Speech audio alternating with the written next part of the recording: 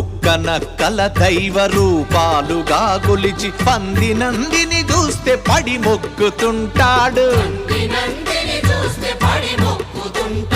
చీమలకు చక్కెర పాములకు పాలోసి జీవకారుణ్యమే జీవితం అంటాడు. తోడబుట్టిన వాళ్ళ ఊరవతలికి నెట్టి కులమంటూ ఇల మీద కలహాల గిరిగీసి మాయమైపోతున్నడమ్మా మనిషన్నవాడు. మచ్చుకైనా లేడు చూడు మానవత్వం ఉన్నవాడు.